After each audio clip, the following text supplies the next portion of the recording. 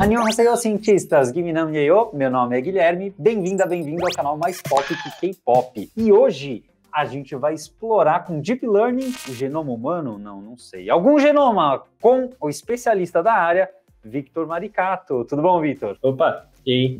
Olá, beleza? pessoal. Você vê que na dúvida eu falo Victor e Vitor, assim eu me garanto, 50% de acerto. Ou não, às vezes não é nenhum nem outro, né? Vou abrir um notebook, então um Google Notebook que você compartilhou comigo. Então esse notebook aqui, ele vai mostrar pra gente, né, ele é um primer no sentido de ser um exemplo bacana que dá uma englobada nos passos iniciais de Deep Learning em genoma, isso, em genômica.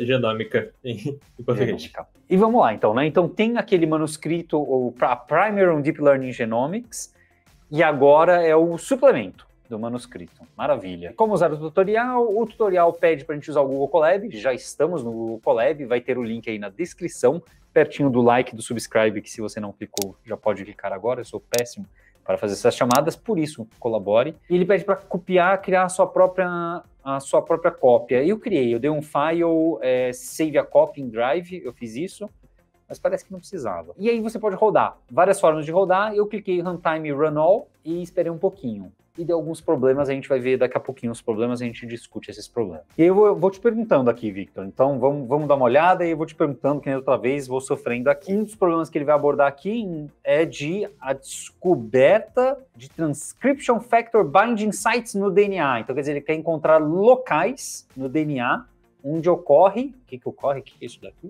Isso são ligantes, são fatores de transcrição podem se ligar, basicamente. Então é meio que vai começar o processo, quando um processo de transcrição do DNA ocorre, de parte do DNA ocorre, a gente quer descobrir quais são esses lugares, é meio que isso? Isso, basicamente, na verdade a gente quer, nesse notebook, a gente quer descobrir o que faz uma sequência permitir a ligação de fatores de transcrição. Isso, eu não sei se ele... Eu lembro que ele fala no paper, mas eu não lembro se ele fala no notebook. Isso é o que a gente quer descobrir, são os motifs. São pequenas partezinhas que meio que tem uma função generalista, digamos assim, no DNA.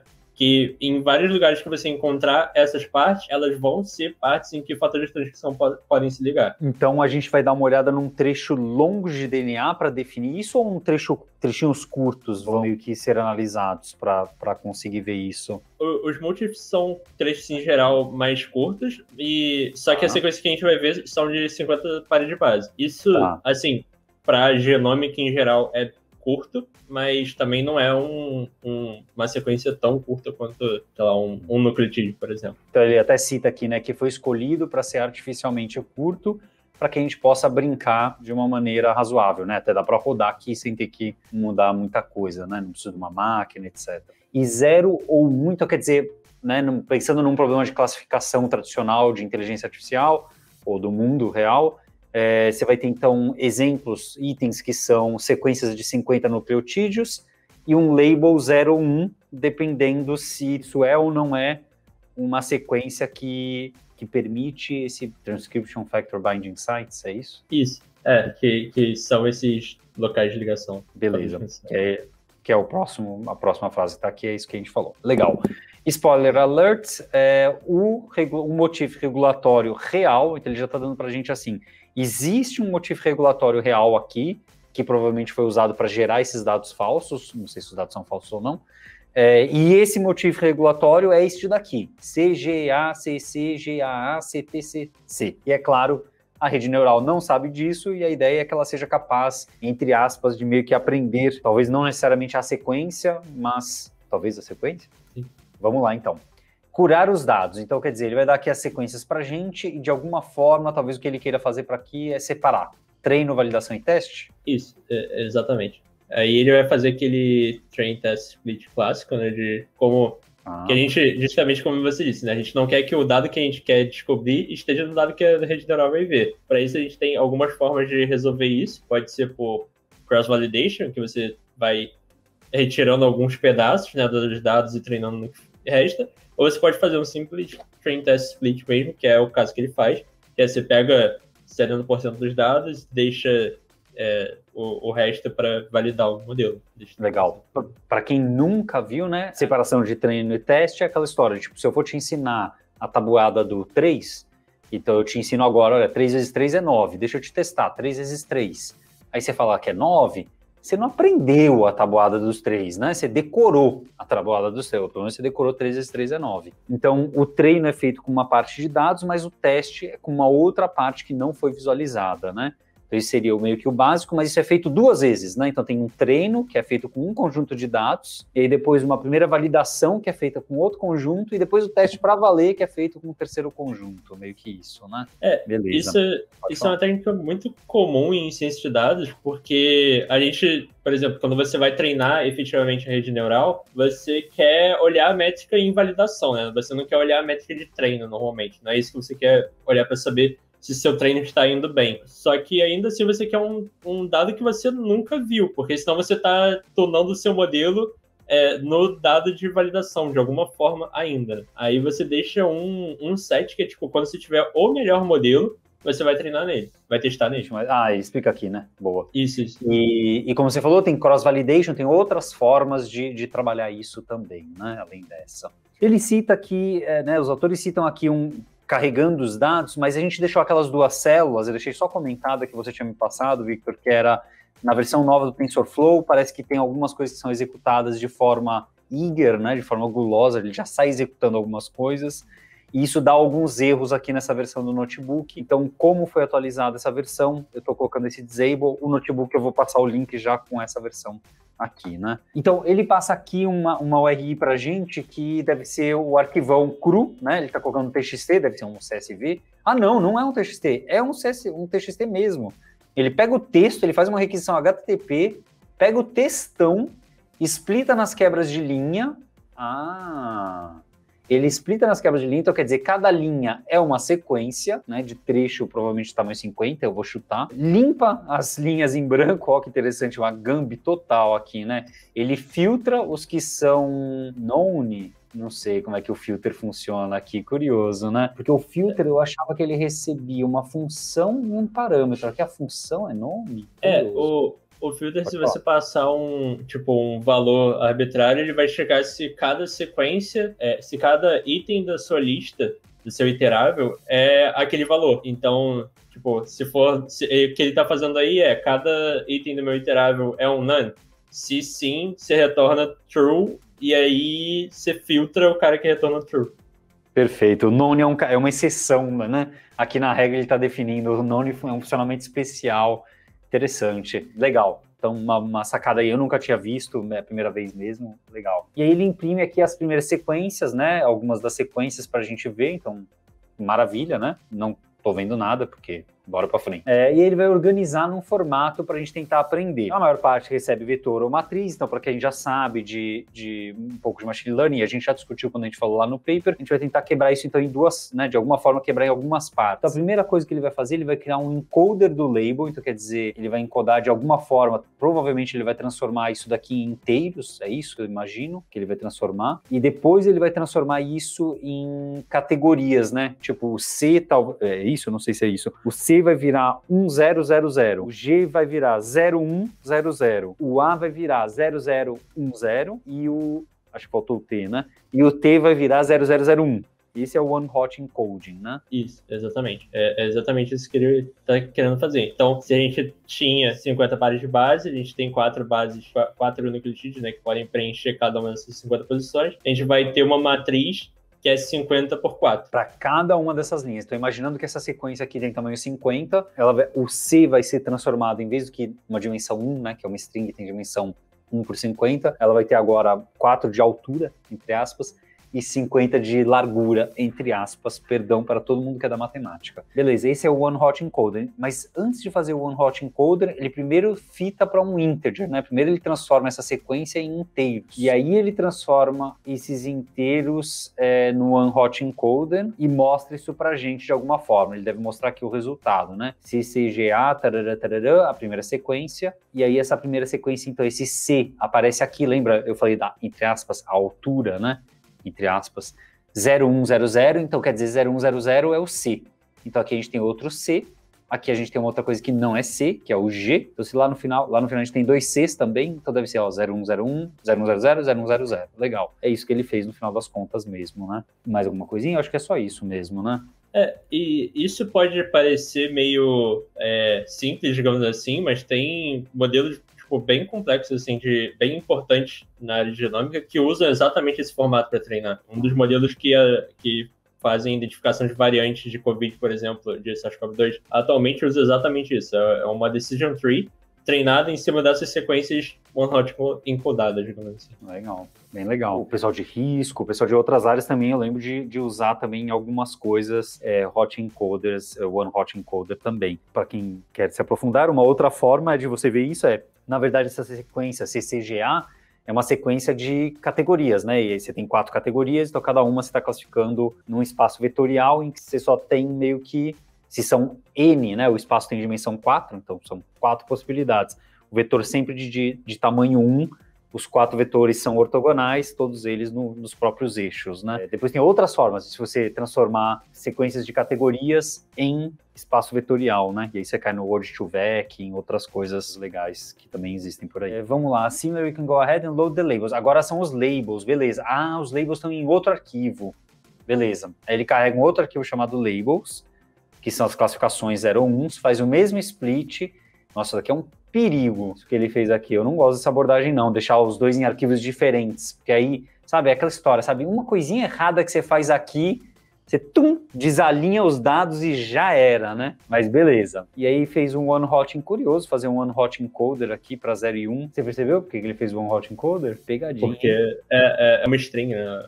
É porque é uma string, Porque lembra, né, gente, a gente tá, né, machine learning, se a gente pensar basicamente, a gente tá trabalhando com números, né, e números inteiros, e aí meio que todo o resto a gente vai fazendo transformações, ou dos inteiros a gente faz transformações também. E a transformação da string a gente tem que jogar para alguma outra coisa, e aqui ele tá jogando a string para int de que forma? Simplesmente joga o one-hot encoder, o 0 virou a categoria 10, virou o ponto no espaço 10, e o 1 virou o ponto no espaço 01, né? É isso que ele fez, uma forma rápida de fazer isso. Isso é bem legal quando você não sabe o número de categorias que você tem. Quando você sabe, dá pra fazer de uma forma mais fácil, mas... Tipo, bastava aquele clássico, como é que é? Labels, né? Labels igual a labels igual a 1. Isso daqui vira 0, né? Isso daqui virou false, true ou false. E aí a Gamb você pega o true ou false e multiplica por 1, porque false vezes 1 é 0 e false vezes 1 é 1. Então, Super Gamb funciona. E você, qual é a sua Gamb que também funciona para fazer? Teremos outras, né? Mas é bem o que você disse, né? Funciona para multicategorias aí, principalmente quando a gente não sabe o que vem, né? Quando a gente analisava cursos na Alura com algumas coisas, isso acontecia, porque entre uma análise e outra, o número de cursos muda, e o número de, né, então o número de classificações até mudava, as categorias, né? Então imagina que eu quero reclassificar a topologia de cursos dentro da Alura. Tenho 1.300 cursos, tenho tantas categorias, como é que eu reclassifico? Porque acabou de adicionar uma categoria nova. Quais cursos tem que ir para essa categoria, quais tem que ir para outra? E aí, né, é dinâmico de uma vez para outra, é a realidade. É curioso, né? É curioso. E a gente só descobriu essas coisas à medida que a gente vai sofrendo por essas coisas, né? A gente tá rodando super feliz e contente, e aí um dia tem uma categoria nova e putz, e aí explode tudo, né? E aí a gente se toca que existe essa fluidez nas categorias, né? E é um problema super complexo esse de colocar nas categorias, porque encontrar, né? Tudo que a gente quer encontrar é difícil. Então, encontrar um curso em 1.300 é difícil. E aí você pega um curso que envolve front-end e back-end, você coloca onde? Coloca em um, coloca no outro, coloca nos dois? São perguntas, sabe? Não é fácil, não é fácil. É uma área de informação, né? Pode falar, vai lá. É uma coisa difícil até, tipo, às vezes por humano é difícil fazer, né? Ainda mais você, tipo, se você tem divergência de opinião, como é que você vai analisar o modelo? É isso. E esses são os sofrimentos que a gente tem. A gente tem sofrimento na parte humana disso, e a gente joga pro computador, tem um sofrimento, e a gente decide se a gente vai deixar lá, vai deixar aqui, como é que vai ficar. E a luta é eterna, eu juro, a luta é eterna, ponto final. Vamos ver lá, eu acho, minha opinião pessoal, eu tenho um desgosto do que eu estou vendo aqui. Eu tenho um desgosto dessa linha de código. Me perdoe quem gosta do Mochileiro da Galáxia, mas eu acho, meu argumento é random state igual a 42 não é random, é determinístico. Porque todo mundo coloca random state 42, pô. Eu não gosto. Não tenho muitos problemas, porque eu entendo que tudo bem. Você percebe que você tirou a graça do random quando você coloca 42 aqui, pô? Era pra ser random, não era pra ser 42. Mas tudo bem, vai. Pra quem não conhece, Mochileiro da Galáxia tem uma ligação aqui com o número 42, então divirta-se em assistir o filme ou ler o livro sem o spoiler. Normalmente eu boto ou 42 ou 7 por causa do Harry Potter. O Harry Potter é um nome importante? Eu não faço a menor ideia. Então, mas já para mim já é um pouco mais interessante do que o 42. De novo, não tenho problema, tá, com o 42 da forma que eu estou verbalizando, mas eu acho curioso isso, né, que a gente está numa situação em que a gente está querendo falar, olha, eu quero um random state, e a gente vai lá e põe todo mundo o mesmo número! Aê, poxa, mas a gente não tá, né? Eu entendo que, né, vai ser diferente o resultado de um e de outro, porque os dados e a estrutura do... não, aqui na verdade não vai, né, vai ser igual, né, vai depender só do número de elementos. Mas, acho que o caso do random state, isso não é tanto um problema por causa do, tipo, o random state é mais para você garantir que sempre que você rode aquilo, você vai ter o mesmo resultado, né? Então, tipo, garantir que se eu rodei na minha máquina e você rodar e treinar o mesmo modelo, a gente vai ter o mesmo resultado. Mas eu entendo, deixa de ser um random per se. Né, porque, tipo, se no meu, né, dado o test size, né, e o random state, se o meu primeiro elemento vai cair no teste, o teu primeiro elemento também vai cair no teste. E eu tô trabalhando na área de educação e você tá trabalhando na área de bioinformática. Mas o meu primeiro elemento cai no teste e o seu também. O meu segundo elemento cai no treino e o seu também. O meu terceiro elemento cai não sei o quê e o seu também, porque a gente escolheu o mesmo random state, né, com o mesmo test size, né, porque o test size vai influenciar isso. Acho que uma coisa interessante melhor do que não escolher o 42, escolher um número random mesmo, não tune o seu modelo com o random state na hora de tunar hiperparâmetros. Isso acontece. Esse é um triste mesmo, né? O random state é justamente para a gente tirar vieses da situação aqui. Você procurar um número aí é adicionar, né?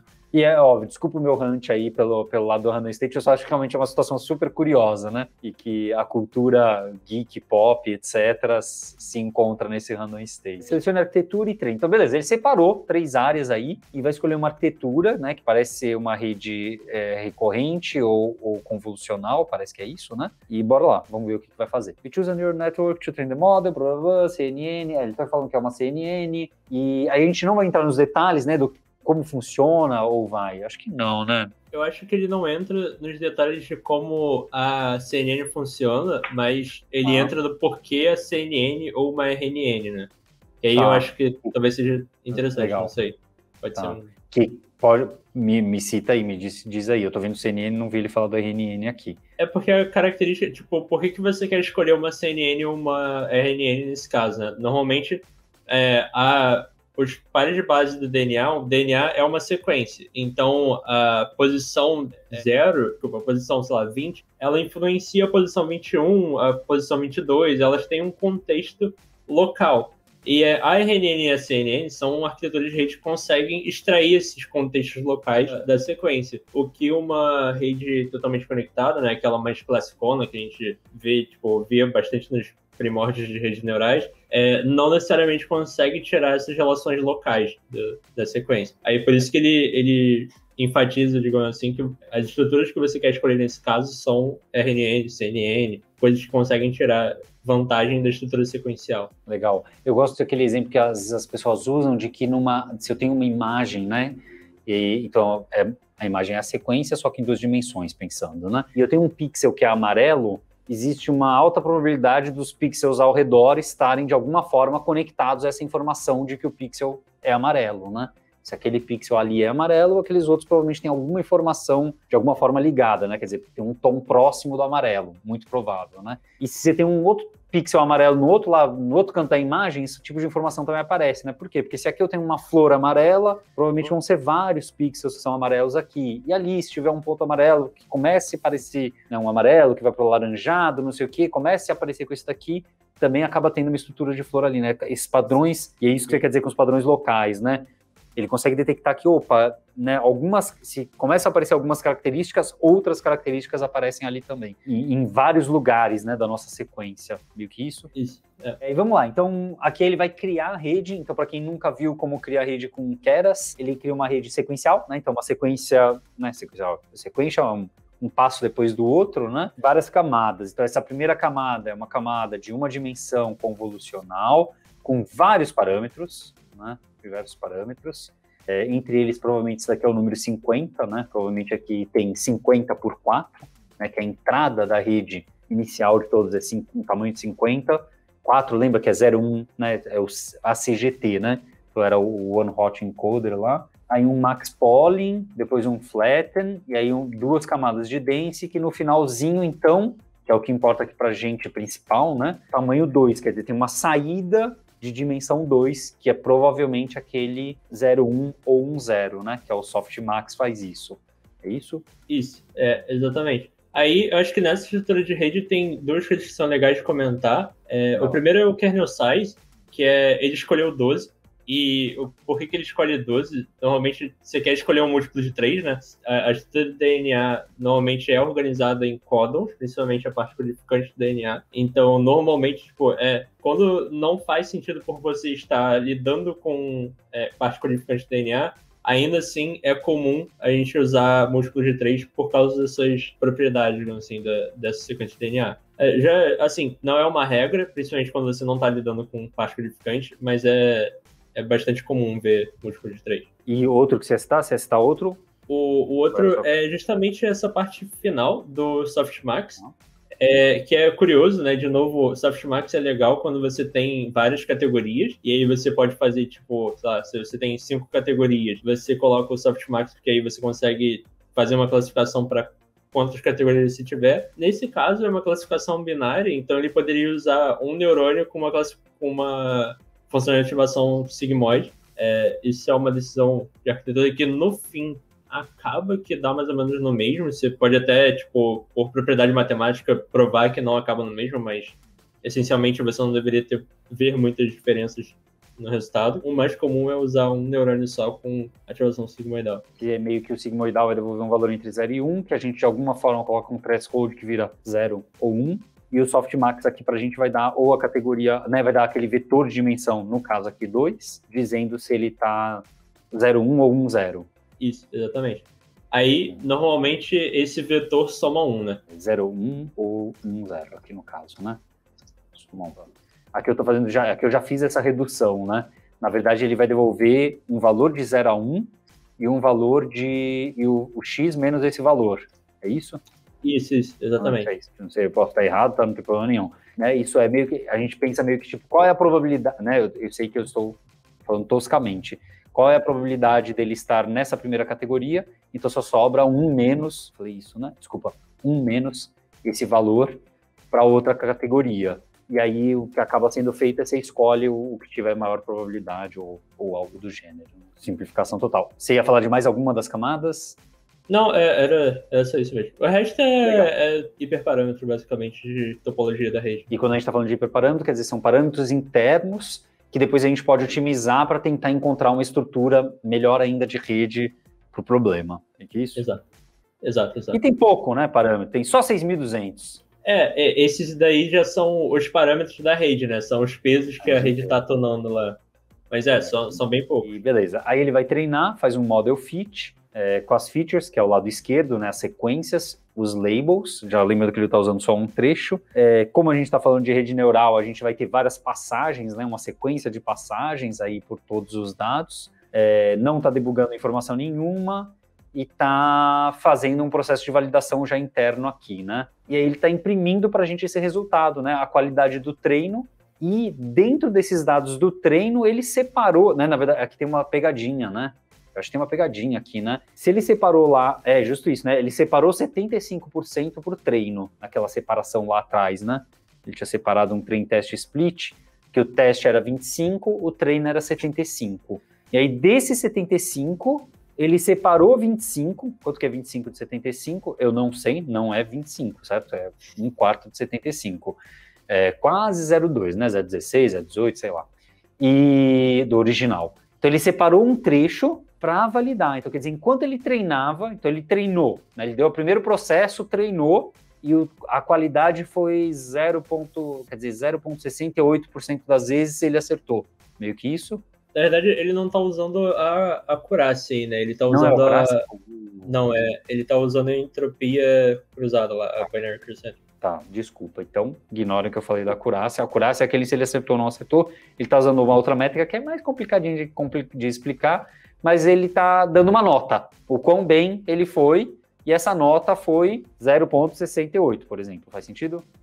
Isso, exato. O quão mal ele foi, né? O 0,68 é basicamente, você tá querendo ver o quanto ele tá errando, né? Por isso que ele começa alto, ele tá errando bastante, depois ele vai aprendendo e vai errando menos. E o que eu acho legal dessa loss da BCE, né, da Binary Cross Entropy, é que basicamente se você... Por que a gente usa ela e não a acurácia, né? O legal dela é que você tá meio que dando um peso pro quanto o modelo está confiante daquela predição. Então, tipo, você quer que se o modelo for errar, que ele erre com baixa confiança, com baixa probabilidade. E se ele for acertar, que ele acerte com alta probabilidade. Aí o que essa função de perda está tentando otimizar é isso, o erro versus a confiança que o modelo está tendo. A linha azul que ele está treinando, né? À medida que ele treina, ele vai melhorando. Só que daí, na hora que ele testa nos valores novos que ele ainda não tinha visto, aí ele atinge essa nota aqui, né? Que também está caindo, e chega uma hora que ela se estabiliza, né? Curioso, eu não tô lembrando aqui de a validação ser menor do que o treino no começo. Isso daqui é uma sorte barra azar, né? Ou não, é comum? É bem normal mesmo, tipo, pode acontecer de sim. No começo, principalmente, as coisas estão bem aleatórias, né? Então, isso. Pode acontecer que sim, pode acontecer que não. No final, a tendência é a validação estar mais alta, porque a gente vai tendo o overfit para os dados do treino, né? Isso. É aquela história, se você decorar toda a tabela do 3, você vai ficar joinha na tabela do 3 até o número 10. Na hora que te perguntarem do 3 vezes 11, aí destrói e a gente tá danado, né? E aqui, aí sim a acurácia. Então ele treina, depois que treinou um modelo, depois que mostrou pra gente, aqui ele tá mostrando a acurácia, é só isso, né? Então aqui sim, quanto mais alto, melhor, né? Quanto mais alto, mais ele acertou, é basicamente isso, né? Exato. Beleza, então no treino ele vai cada vez acertando mais e na validação também vai acertando mais, mas né, às vezes dá uma pioradinha, etc. E claramente jamais que estabilizou por aqui, né? Aí uma coisa interessante é o porquê que ele pode usar a acurácia, né? Eu não sei se ele comenta isso lá no início do notebook, mas os dados estão balanceados. Se os dados não tivessem balanceados, ele não poderia usar a acurácia, porque a acurácia você não consegue... você está favorecendo que ele erre, tipo, que ele diga o cara que é mais frequente, se for desbalanceado. Como não ele pode usar a acurácia.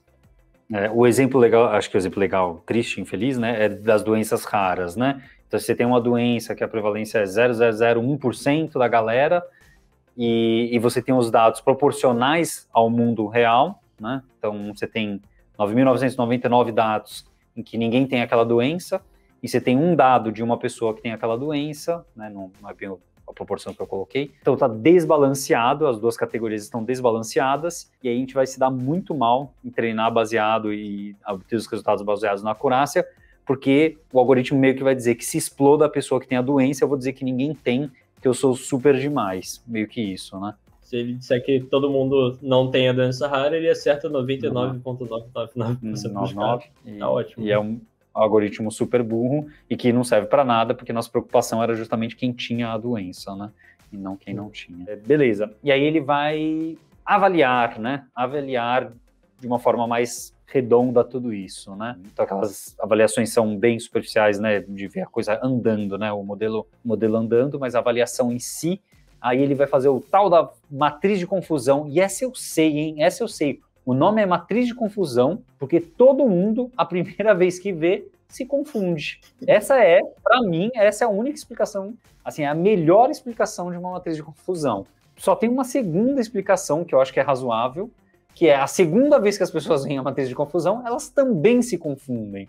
E um dia depois aí acaba entendendo e bora para frente. Mas vamos lá, vamos ver. Aqui tem bastante código, né, para ficar redondinho, bonitinho e tal. O que é a matriz de confusão? A matriz de confusão é essa daí que a gente está vendo. Então, a matriz de confusão, ela normalmente vai... O que você quer ver é o quanto dos positivos foram preditos como positivos, ou quantos negativos foram preditos como negativos. Justamente porque a gente quer ter aquela questão que a gente falou, né? Se os dados fossem desbalanceados, por exemplo, o que estaria acontecendo aí ele estaria prevendo 100% dos casos positivos como positivos e 100% dos casos negativos como positivos também. E aí a gente estaria gritando pra gente que esse modelo tá ruim. Nesse caso, esse modelo tá ótimo, ele está prevendo os negativos como negativos, né? 99% dos negativos estão negativos, Desculpa, eu inverti. Positivo. Aqui é o positivo. 99% dos positivos estão positivos e 97% dos negativos estão negativos. Então, tá ótimo. Legal. Então, na Mendelix, quando eu vejo lá no meu DNA, quando eu vejo que o teste de COVID tem uma sensitividade de 99%, não sei se é essa a taxa, é esse 99% que está sendo falado aqui? Isso, exatamente. Porque se a gente dissesse que a acurácia é de 99%, seria o caso de... Isso não, a gente estaria te enganando, né, digamos assim. O que a gente quer ver é, se você tiver o COVID, o quanto a gente consegue te dizer que você está com COVID. Tá. E o outro número que é apresentado, que eu acho que é tipo 80%, se eu não me engano, é o número que vem aqui. É isso? Esse é o negativo. Isso, que é o negativo, né? Então meio que está dizendo assim, né? Se uma pessoa tem a doença e ela faz o teste, 99% das vezes, o teste vai mostrar que a pessoa está com a doença. É meio que isso. Se a pessoa tem isso, né? Se a pessoa tem e ela faz o teste, 99% das vezes vai aparecer que ela tem. Então, quer dizer, só 1% das pessoas que têm e fazem o teste vão passar desapercebidas. Vai mostrar que não, a pessoa não tem, etc. Mas 3% das vezes vai mostrar que vai dizer que tem, né? Meio que isso. Isso é uma discussão bem interessante. Até para a saúde, por exemplo, normalmente para a saúde você quer errar você quer dizer que a pessoa tem mais vezes do que dizer que a pessoa não tem. Isso, assim, tem vários casos em que essa zona é um pouco mais nebulosa, digamos assim, que você dizer que tem gera custo para o Estado, etc. E, enfim, várias discussões mais complexas. Mas, normalmente, você quer, tipo, se você pode ter a doença, você quer ser avisado disso, mesmo que isso seja um erro, porque você quer investigar, normalmente. E melhor você depois descobrir que não tem do que você descobrir que achava que não tinha, depois descobrir que tinha quando é tarde demais. Isso é muito comum para o câncer, né? Câncer, um alarme falso é melhor do que um falso negativo. Um falso positivo é melhor do que um falso negativo. O falso negativo é aquele, então, que a pessoa tem, mas o programa categoriza como, o algoritmo, ou seja lá o que for, categoriza que não tem, que é essa taxa aqui, né? Isso, e aí passa desapercebido. Entendi. Exatamente. E aí, nesse caso, se eu tenho um exame, por exemplo, que tem uma taxa de falso negativo de 20%, então 0,2%. Se eu dei um resultado, tive meu resultado negativo, beleza, eu posso fazer o exame de novo, meio que ignorando outros fatores, tá? Meio que simplificando, generalizando. Se eu fizer o teste de novo, meio que eu jogaria a chance de de um duplo negativo, falso negativo, meio que para 4%? É 0,2 vezes 0,2 mesmo? Eu sei que tem outros problemas mas super generalizando, meio que é esse o caminho? Assim, não necessariamente, porque, na verdade, por exemplo, em modelo preditivo, normalmente você tem meio que as inferências, elas são independentes entre si. Então, na verdade, o que o modelo errou não foi que ele, naquele momento de uma aleatoriedade, ele errou o seu caso. É que ele não sabe prever o seu caso mesmo. Então, se você testar 20 vezes, ele vai te dizer 20 vezes a mesma coisa. Então, depende realmente dos seus dados e do modelo, de como vêm os seus dados e do modelo, né? Eu acho que é meio que pensar que não é 20% das vezes, é 20% dos casos, 20% dos dados, digamos assim. Entendi. Perfeito. Só que no caso, por exemplo, de uma doença que é um vírus que está replicando dentro do corpo, então se eu fizer uma vez num dia e fizer uma outra vez no outro dia, por mais que tenha dependência entre as observações, porque é o mesmo ser humano, existe uma mudança de fator nos dados entre um e outro, que é porque o vírus pode ter se replicado mais no meu corpo. Faz sentido? Então... Exatamente isso. Beleza. Quer dizer, não vai ser aqueles 4%, provavelmente.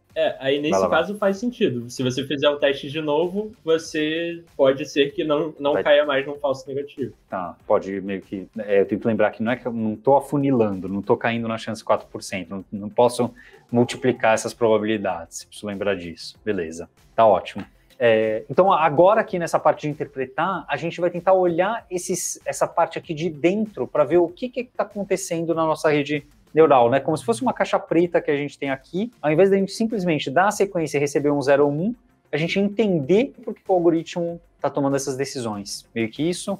Exato. Que é fácil? Não necessariamente. Na verdade, com redes neurais isso é bem complexo, principalmente com redes neurais recorrentes. Assim, não só com redes neurais isso é complexo, mas com redes neurais acho que é o caso mais clássico de que isso é difícil. Mas CNN tem uma coisa muito legal da CNN, que é das redes neurais convolucionais, né? Que é você consegue, justamente por aquela questão de contexto, você consegue tentar entender quais eram os pesos da rede naquele contexto, digamos assim. Porque o contexto, ele não é ele não é dependente ao longo de toda a sequência, né? São vários contextos pequenininhos. Então você consegue meio que extrair aquele contexto para fora. Entendi, porque como ela não é um cruzamento de uma camada para outra, não é total para total para total para total, então pequenas mudanças em um trecho afetam um subgrafo desse nosso grafo aí, algo do gênero. Parece fazer sentido? Isso, é basicamente isso. Tipo, como uma comparação, né? Por exemplo, a outra rede que ele coloca, a RNN, você tem, desde a primeira sequência, você tem o peso sendo passado para o próximo nó, né? Para o próximo neurônio da rede. Então, é difícil você dizer exatamente qual é o peso que o primeiro neurônio teve quando ele está meio que mascarado por todos os neurônios da frente. A CNN é um pouco menos perturbada pelos neurônios adjacentes. Você consegue extrair mais as features locais. Beleza. Então, vamos ver aqui. O código é um código razoavelmente complexozinho.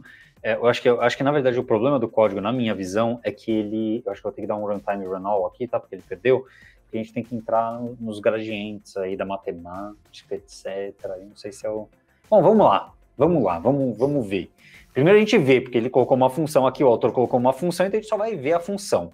Tá feio, porque, como você me explicou, o plot está com um erro clássico de limite aqui do intervalo, então vou mudar o intervalo para 0 até 1 vezes 10 a menos 10, né? Alguma coisa do gênero, acho que é isso, né? Isso. E aí sim a gente tem aqui um valor mais razoável.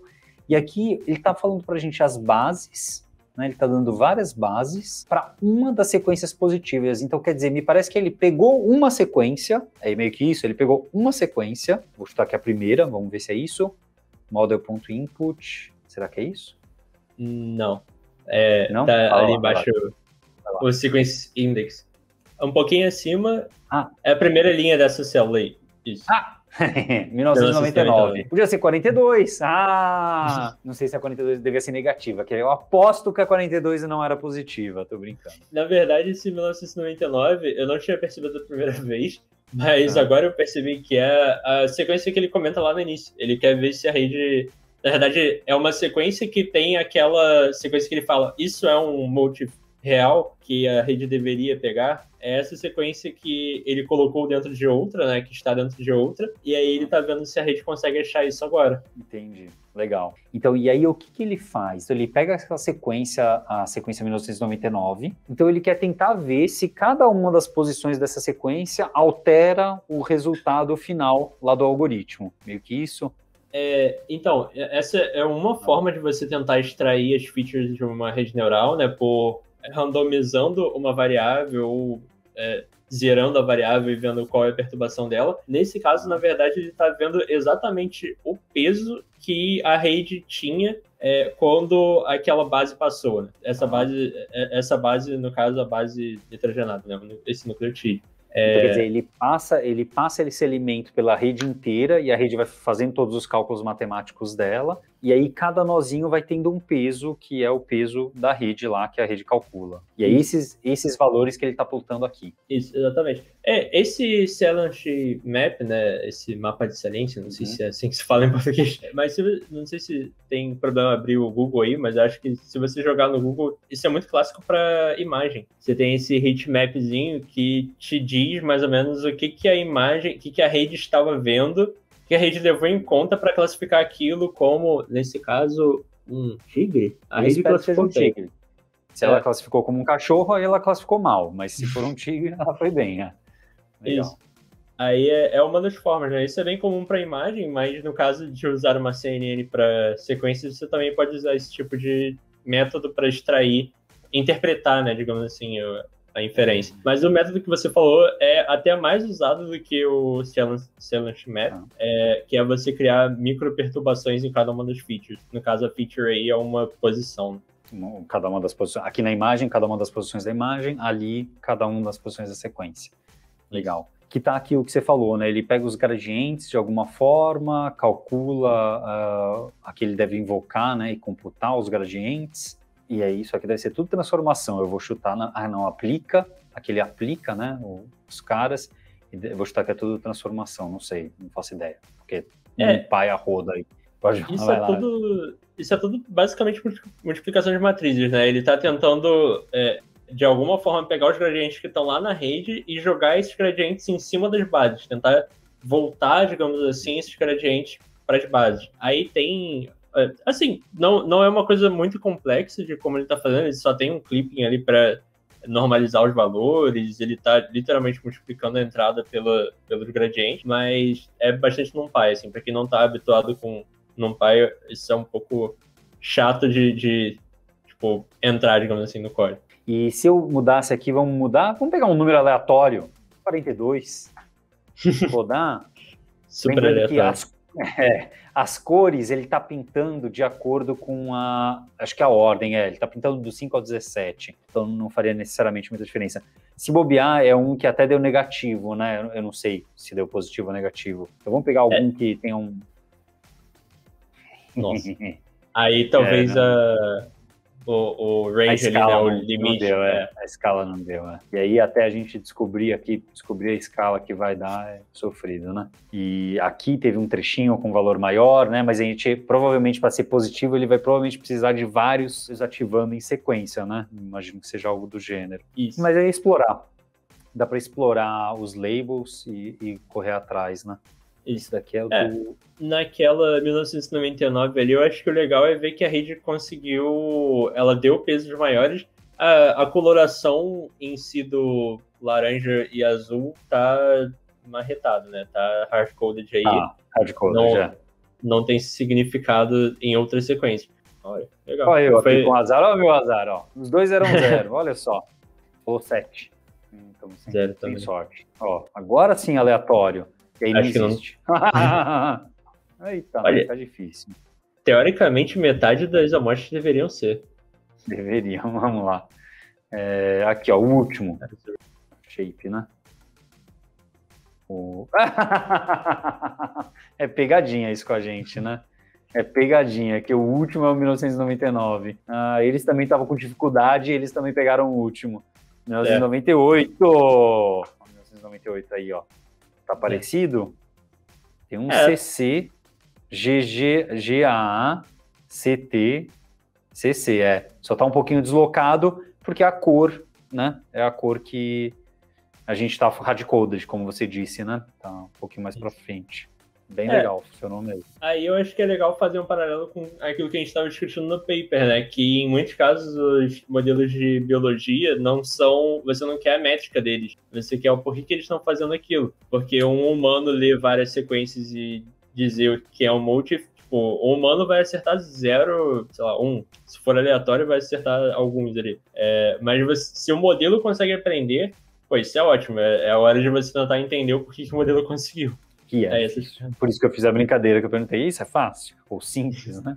Que é a parte difícil. E que entram as questões em geral, muitas vezes as questões éticas e outras questões do gênero, né? Porque o modelo está tomando certas decisões que podem propiciar situações indesejadas, né? Beleza, acho que é isso, né? Ele fala que podemos melhorar mais ainda de várias outras formas. Imagino que aqui a busca do hiperparâmetro, né? Vai ter alguns caminhos distintos para serem explorados. Acho que é isso. Fechamos? Acho que sim. Legal, bem legal. Eu gostei bastante. Já tinha trabalhado com sequências, né? Eu comentei dos cursos, etc. A gente trabalhou algumas coisas com sequências, com RNN, e é super legal. Mas só de você ver numa outra aplicação, sempre que você vê, né, num outro domínio, é muito legal, né? Você aprende um monte de coisa. Exceto a matriz de confusão, que eu vou continuar confuso com ela. Mas o resto, super joia. A matriz de confusão, assim, acho que eu vejo ela, acho que pelo menos uma vez por semana ali, e até hoje eu tenho que ter a minha colinha de quem é quem é positivo, quem é negativo. Ela é confusa mesmo. Eu entendo, assim, eu acho que eu tenho uma confusão maior, até porque eu não vejo ela toda semana, Eu acho curioso como é uma coisa tão simples, né? Uma matriz 2x2, e ela, a primeira vez que você vê, você fala, não, como assim? Sabe? É incrível, né? Como uma matriz 2x2 consegue ser tão difícil à primeira vista. Claro que vai se acostumando com o tempo, né? Eu acho incrível. Beleza. Victor, brigadão. Queria te agradecer de novo por estar aqui com a gente, que no caso sou eu, e me explicando e participando aí essa hora. Valeu. Bom, valeu aí pelo convite. Fico feliz que você tenha gostado também do notebook, da área, como todo mesmo. Eu gostei muito da área, eu gostei muito. O notebook eu acho que é um exemplo muito legal, o paper muito legal. Acho que, eu imagino para quem está começando, vindo de um dos dois lados, não importa qual dos dois lados, seja do lado do machine learning que a pessoa já está vindo, ou a pessoa que está vindo da área de biologia e algo do gênero computacional, tanto o paper quanto o notebook é muito educativo, acho que é muito mesmo, né? É o primer mesmo, né? Sim. Valeu. Obrigadão. Até a próxima. Valeu.